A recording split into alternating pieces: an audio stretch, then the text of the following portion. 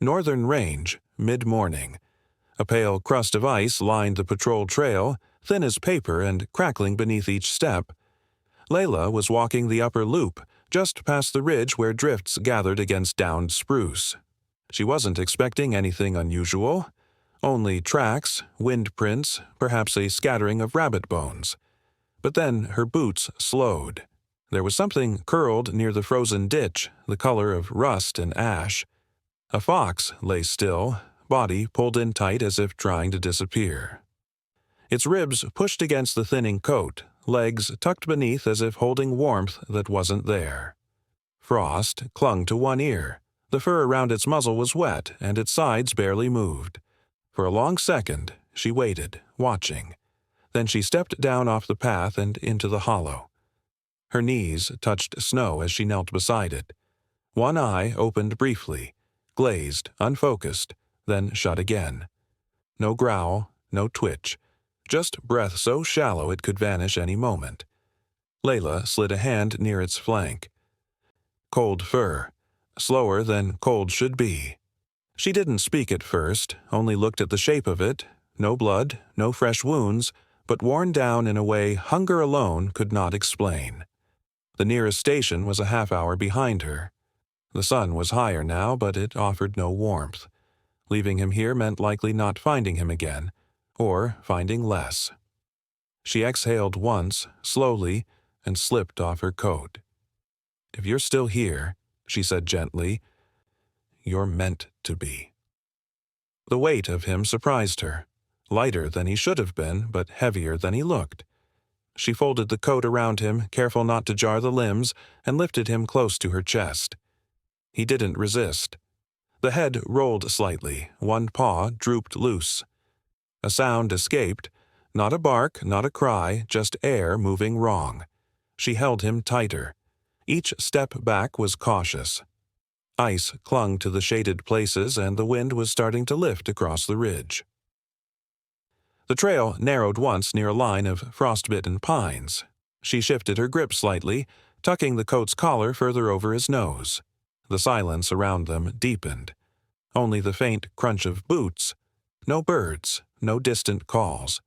The fox stirred once, barely, a tremor passing through one paw. If he woke too early, he might panic. If he didn't wake at all, it meant she was already too late. By the time she crossed into the clearing where the emergency shelter stood, her arms ached and her cheeks burned with cold. She didn't stop to rest. The key turned in the lock with stiff resistance. Inside, the stove was out, but dry blankets were stacked by the cot, and the emergency radio sat on its usual shelf. She moved with practiced motion now, laying the coat-wrapped body down and kneeling again beside him. The head lolled, half covered in damp fur. His chest still rose, but only just. She whispered into the radio, calling the nearest station vet. No drama. Just clear, clipped words. "There's a fox. Severe hypothermia. No bleeding, shallow breath. I have him here. Shelter 7. The reply crackled with static. A confirmation. They would come. She hung up and turned back to the blanket. Her coat was soaked.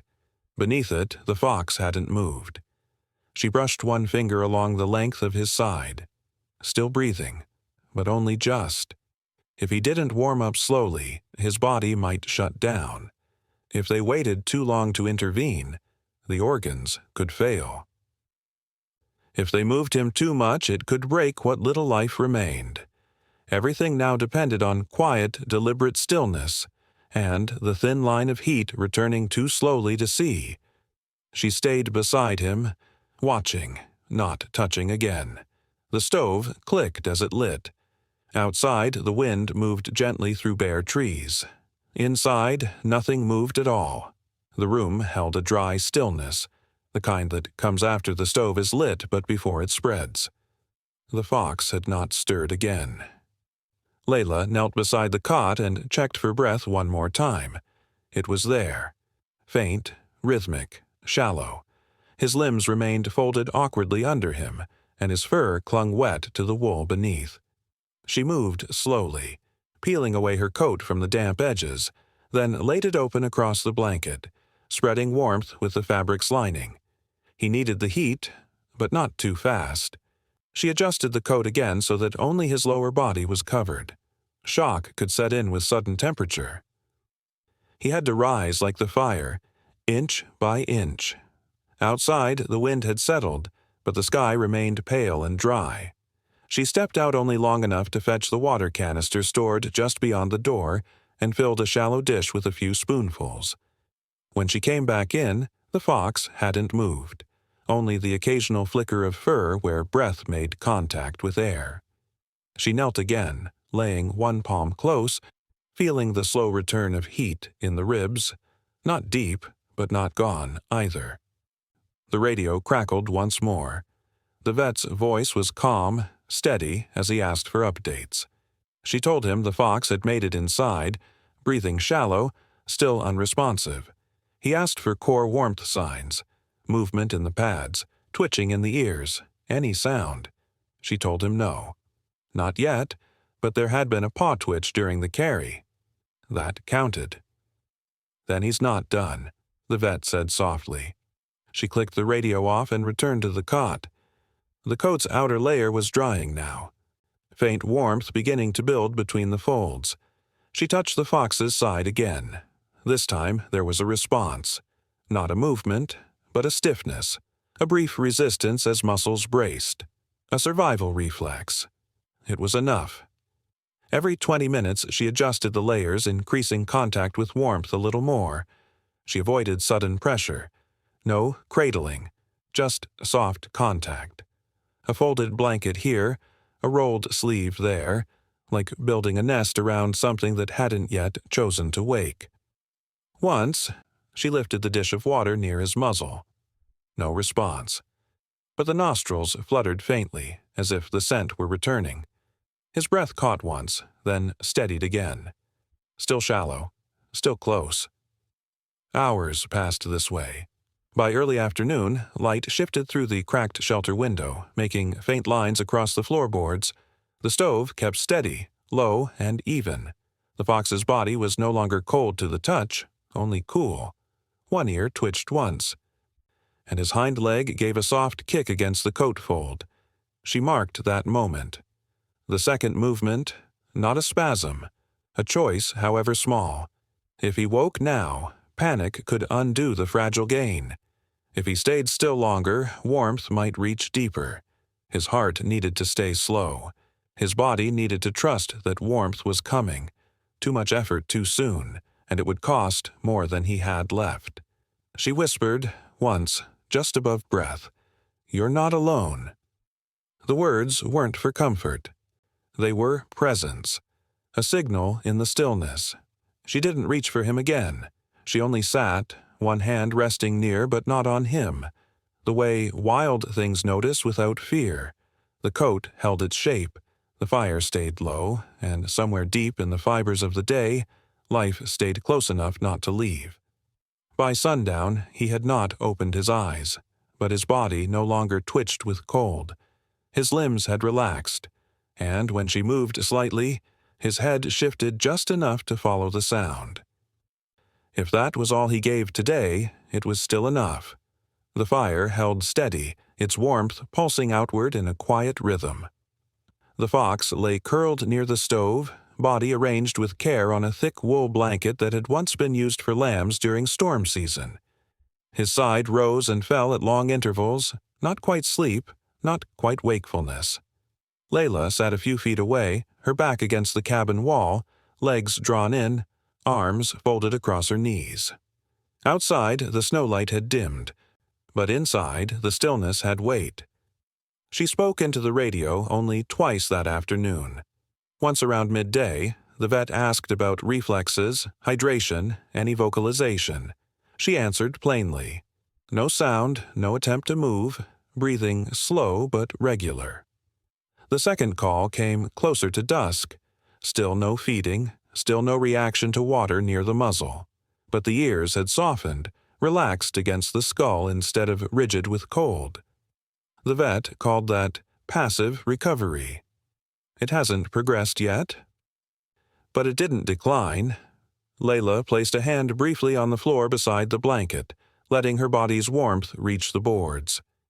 It wasn't close. It was proximity. Quiet permission.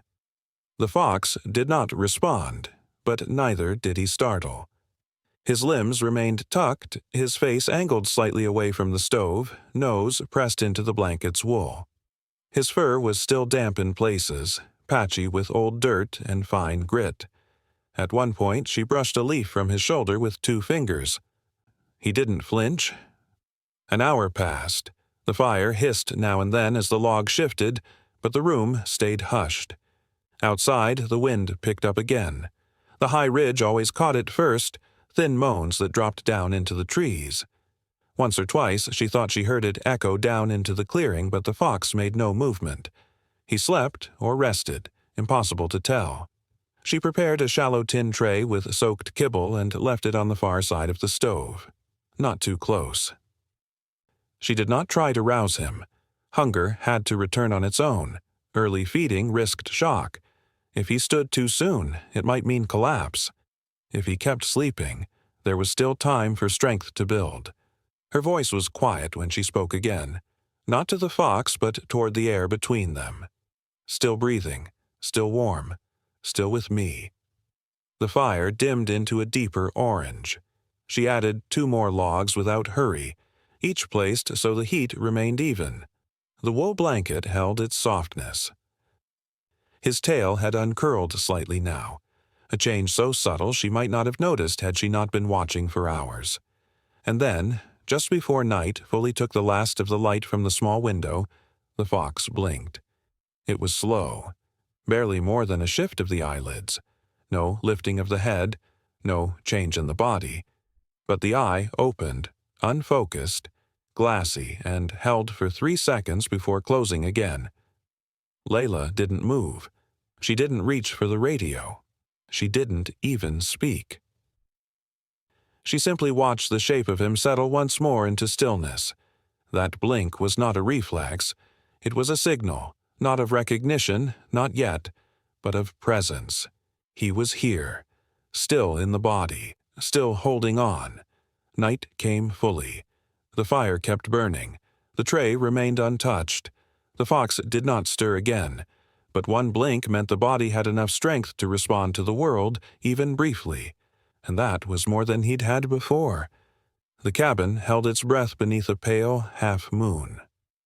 Shadows stretched long from the stove, flickering gently along the floorboards. The only sounds were the faint tick of cooling metal and the soft rush of wind brushing against the wooden siding. Layla dozed upright in the chair near the far wall, her coat draped around her shoulders, boots unlaced. She hadn't meant to sleep, but exhaustion crept in quietly. Then, a sound. Not loud, not sharp, just a light, deliberate scrape. She woke instantly, not startled, only still. Her eyes moved before her body did. Across the cabin, near the stove, the blanket was no longer smooth. The coat had shifted, one edge folded in, another dragged a few inches from its place. And just beyond it, 2 thin tracks arced into the dust, prints too shallow to be made by falling fabric. She leaned forward, slow, and gaze steady. The fox was no longer curled. He had uncoiled slightly, one front leg stretched half out, claw tips resting on the floor. His head remained low. But the ears were lifted now, not flattened. One hind leg twitched, then settled. And then, almost without sound, his foreleg slid an inch. The claw made contact again. A small scrape, not an accident. A choice. Layla didn't move from the chair. Her voice, when it came, was barely above breath. "That's it," she said. "You're here." He shifted again, this time drawing the limb back beneath him. It wasn't rising, but it was positioning. Preparing, maybe, or simply testing. The body knew before the mind did what it could bear. Movement meant warmth had returned deep enough to signal the spine. That was more than hope. That was science. If he moved again, it might mean readiness. If he stood too soon, it could break the fragile line holding him to life. He didn't try again for several minutes, only lay still with ears up, the soft rise of breath visible now in the patch of firelight. One eye opened halfway, not wide, but alert. It blinked once, then fixed forward. The tray of softened food remained untouched. The water dish still shimmered faintly beside it. Layla rose from the chair, silent as frost settling, and moved to the far end of the cabin. She added one log to the stove and returned to sit near the wall, farther from him than before. It was not the closeness he needed now. It was space, the quiet kind that wild things used to decide if they were safe enough to stay. She watched without staring. The fox's ribs moved with more strength now, not fast, but steady. The leg twitched again, this time flexing. A claw retracted. A breath deepened. The blanket beneath him bunched slightly as his shoulder shifted under the coat's fold. If he stood, it would be the turning point. But standing too soon could end what little the warmth had restored. He was close, but close meant danger too. She waited through the next hour as the fire dimmed again. He made no more effort to move. But he did not return to the curled posture. His body remained stretched, raw, tired, but choosing forward. His eye blinked twice more before settling closed. Layla remained where she was, hands resting in her lap. Outside, the trees bent faintly in the wind. The moonlight edged across the windowsill. Inside the cabin, nothing else moved. But that scrape, that 1 inch of motion, had changed everything. 2 days passed in a quiet rhythm. The fox ate small portions, no more than a few bites each time. He drank steadily, his posture shifting from collapse to crouch. Once he stood on trembling legs and turned in a tight circle before lying back down. Layla kept her distance during these moments, watching from her chair or through the half-cracked door. Each active movement brought a new layer of risk. If he pushed too far, the effort could undo what the warmth had restored. But he never rushed. His body, though worn, chose caution. By the second morning, his coat had dried fully. His eyes held focus now, and when she approached to refill the tray, he watched her steadily.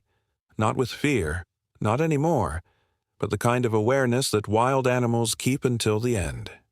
He didn't move toward her. He didn't shrink back. He simply saw her and stayed still. That afternoon, the sky cleared for the first time in days. Patches of snow melted in the clearing, leaving streaks of damp earth. Layla opened the door wide, letting air move through the cabin. The fox stood slowly, limbs taut with effort, and took 2 steps forward before stopping beside the cot. He looked toward the door, then toward the blanket, then back again. She didn't speak, just unlatched the screen and let it swing gently on its hinge. The wind caught the edge and lifted it open fully. The fox stared a moment longer, then moved. He walked slowly, each step deliberate, back legs lagging slightly behind. When he reached the doorframe, he paused. The air outside was sharp again, but not dangerous. He tilted his head as if marking the light, then limped forward down the shallow wooden ramp and into the clearing. Layla followed him only to the edge of the porch. She watched as his narrow body threaded through melting snow and patches of brittle grass.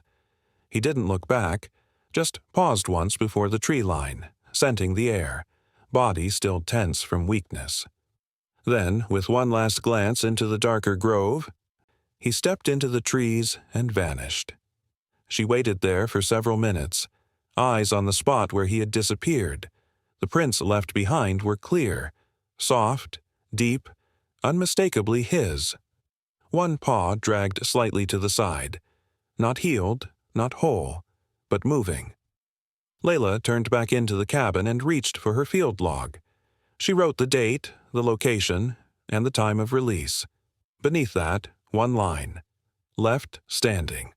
No tag, no collar, no signal. If he didn't return, that was how it was meant to be. The wild didn't promise gratitude, It offered only silence and distance, and sometimes a second chance. By sundown, snow flurries had returned. The cabin fire burned low again. The blanket near the stove remained folded. She didn't clean the floor where he'd slept. Not yet. If he made it through the night, he'd stay hidden. If he didn't, she'd never know. That was the shape of this kind of trust. Released, but watched. From a distance that asked nothing in return. The frost came hard again that night. By morning, the ground was stiff and glittered faintly beneath the early light. Layla stepped out with her coffee, expecting silence. No movement, no change, just the crisp quiet of midwinter settling in. The porch boards creaked beneath her boots. She glanced toward the clearing, the same wind-bent trees, the same narrow trail where his paw prints had faded days earlier. But, near the steps, where the frost had settled evenly, there was something new. Tracks. Not scattered or panicked, just a line of small prints, measured, light, arcing toward the door, then looping once to the side. Each print was clear, the pads and claw tips pressed into the frozen film. She crouched beside them, letting the steam from her cup drift past her cheek. They weren't fresh from the hour. The frost had begun to seal their edges. But they were recent, sometime before sunrise. There was no call. No sound, just these quiet impressions leading in, then away. A visit, nothing more. She rose slowly and went back inside. No words, no stir in her expression. Just the slow understanding that something had chosen to return. Not for help, not for safety, but for closeness. Whatever drew him back wasn't hunger. It was something simpler, a recognition of space once shared. She prepared the food without urgency, the same soaked kibble, the same shallow tray, and placed it near the porch's edge, just beneath the overhang. Not inside, not far, just close enough to be found without invitation. She left the door ajar for a time. Let the scent carry. Let the space feel unchanged. The rest of the day passed in a quiet rhythm. A few birds crossed the clearing, their wingbeats sharp against the stillness. Somewhere in the distance, wind moved branches with a brittle sigh. The tray remained untouched by mid-afternoon. Layla didn't move it, didn't check. By dusk, it was empty, not scattered. Not pulled, just clean. She noted it briefly in her log. No assumptions, no hope drawn from it. Simply fact, tracks. Food left, food gone. That was enough. The next morning, the prints came again. Not identical. This time they curved wider, edging toward the woodpile, pausing near the corner of the shelter before vanishing back toward the trees. She didn't try to follow. She didn't bring out the camera. She only stepped outside, saw the new line in the frost, and left another tray in the same spot. He knows, she whispered mostly to herself. There was no promise he would come again. Wild things remember risk even when they survive it. But there was something in the shape of the prints, the way they curved softly, not in flight or fear, but in a loop, that suggested memory, not emotion, just place, and maybe safety. She watched the horizon until nightfall, but nothing moved at the edge of the grove. Still, in the shape of those small tracks, a story was being written, one she would never own, but had been allowed to begin. At first light, the trees held a hush that felt different. The wind was absent, the frost unbroken, and the clearing lay still as breath held in waiting. Layla rose early, the way she always did when the weather warned of a shift. She pulled on her boots without hurry, wrapped her coat tight, and stepped toward the door to check for tracks or overturned trays. Her hand paused on the latch. Something was already there. 3 shapes stood at the edge of the porch. Not close enough to startle, not far enough to miss. She opened the door slowly. No sudden motion. No sound but the faint creak of wood and the pulse in her ears. 3 foxes, all young. One lean and pale, one dark with winter's bulk, and one smaller than the rest with a notch in its tail. They stood side by side in a crooked line, their bodies still, their eyes clear. And at the front, the one she'd carried in her coat. She knew him not by color or scar, but by stance, the lifted paw, the slight dip of one shoulder, the way he held his weight low, prepared to move, but not yet choosing to. His eyes met hers only once, a flicker. Then his head turned slightly, watching the others. None of them moved. None made a sound. It was not a visit for food. The tray near the porch remained untouched. This was something else. A return, not to shelter, but to a point once shared. Layla stepped back a pace, letting the door rest open. Her breath came soft and warm into the cold air. She didn't speak. She didn't need to. The smallest of the three foxes shifted its paws in the frost, brushing against the lead one, the one she had warmed, wrapped, carried. He stood firm, still weak in the back leg, still cautious in his gait. But he was steady now, whole in a way she hadn't seen before. Whatever had happened after he vanished into the trees, he had not been alone. They remained in place for several minutes, not searching, not waiting, just standing in the quiet, letting morning settle between them. Layla watched, taking in each shape, each breath, each small gesture. The wind began to move again, soft and cool, brushing through pine, and then the lead fox turned. He stepped down from the porch, limping slightly, and the others followed without signal. Together, they crossed the clearing. No rush, no startle. Just a smooth arc back toward the tree line. Tails low and ears steady. At the edge of the grove, he paused. I looked back. Not for long, just enough to mark the place. Then he slipped into the trees, and the others vanished behind him. Layla stood in the doorway long after they were gone. The frost still bore their prints, the wide ones, the small ones, and the one that had looped before returned now in a straight, certain line. She didn't write in the log that morning. Some things don't translate well to paper. Instead, she left the door open until the sun crested the trees, letting the air move, letting the moment stay just a little longer. The morning was clear. The sky stretched thin with winter light. Frost clung to the grasses in a brittle sheen, and the cabin held a steady warmth from the fire she'd built just after dawn. Layla moved through her routine as if it mattered, folding the blanket once more, rinsing the empty tray, straightening the small rug near the door. These motions had no urgency, no real purpose now, but they grounded her in something known, something gentle. It had been 4 days since the fox had left, 1 since he'd returned. That should have been the end. But when she stepped onto the porch just past first light, her breath visible in the still air, something made her stop. There, at the edge of the clearing, stood the fox. Alone this time. He was smaller than she remembered, or maybe he simply looked that way out here, surrounded by open space and silence. The limp was still there, faint but permanent, shaping the way he held his weight. His ears tilted forward, but his body held no tension. He was not hunting, not curious, not afraid. He was just standing, watching. Layla didn't move. The cold bit at her arms. She hadn't pulled on her coat, but she stayed still, letting the moment find its own length. He made no sound, no whine, no bark. His breath formed soft rings in the cold. One forepaw lifted slightly, then rested again. His tail hung low. Not tucked, not raised, just quiet. His eyes held hers for a moment, not pleading, not searching. Then he turned. No signal, no twitch of the ears, no backward glance, just slow, even walking into the trees, leaving no visible trail behind him. She watched until the last flick of his tail disappeared behind the pine trunks.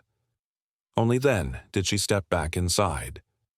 The door closed with its familiar latch, the kind that had stuck all winter, worn smooth by use.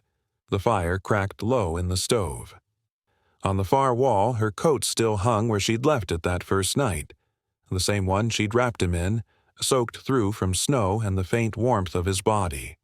She hadn't touched it since. The blanket on the floor held no scent anymore.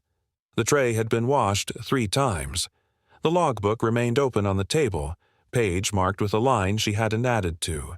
She thought for a moment of writing one more note. Returned once more. Alone. But instead, she sat in the chair beside the stove, coat still on its hook, and let the silence stretch.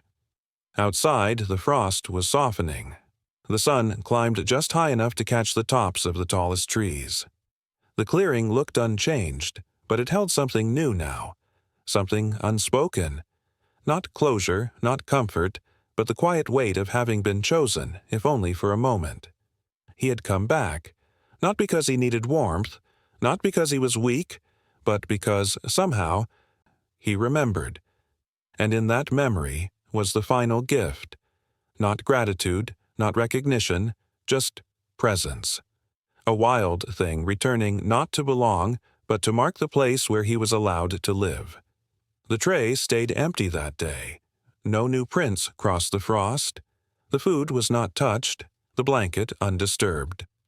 Layla stood only once before midday to open the door again, letting the cold air move through the room. She didn't look for tracks this time. She didn't expect another return. Some animals disappear as they should, not in fear, but in freedom, the kind that asks for no witness. She stepped back from the threshold and let the door stay ajar. Not in hope, not in waiting, just to let the wind pass through. Just to let it remember. The coat stayed on its hook.